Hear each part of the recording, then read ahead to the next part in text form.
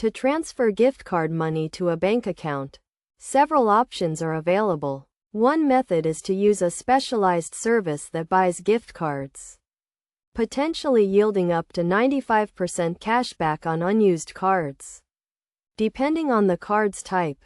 Alternatively, selling the gift card to a friend or acquaintance is another possibility, although this may be easier said than done. For those with a Visa gift card, linking it to a PayPal account provides an opportunity to send money to others, who can then reimburse the sender, effectively trading the gift card as a payment method. However, fees, sometimes as high as 3%, should be taken into account. Another approach involves purchasing a money order using the gift card at locations like the USPS or Walmart Money Center, provided the card is a Visa or MasterCard with a PIN number. This option, though, also incurs fees, making it less practical for small amounts.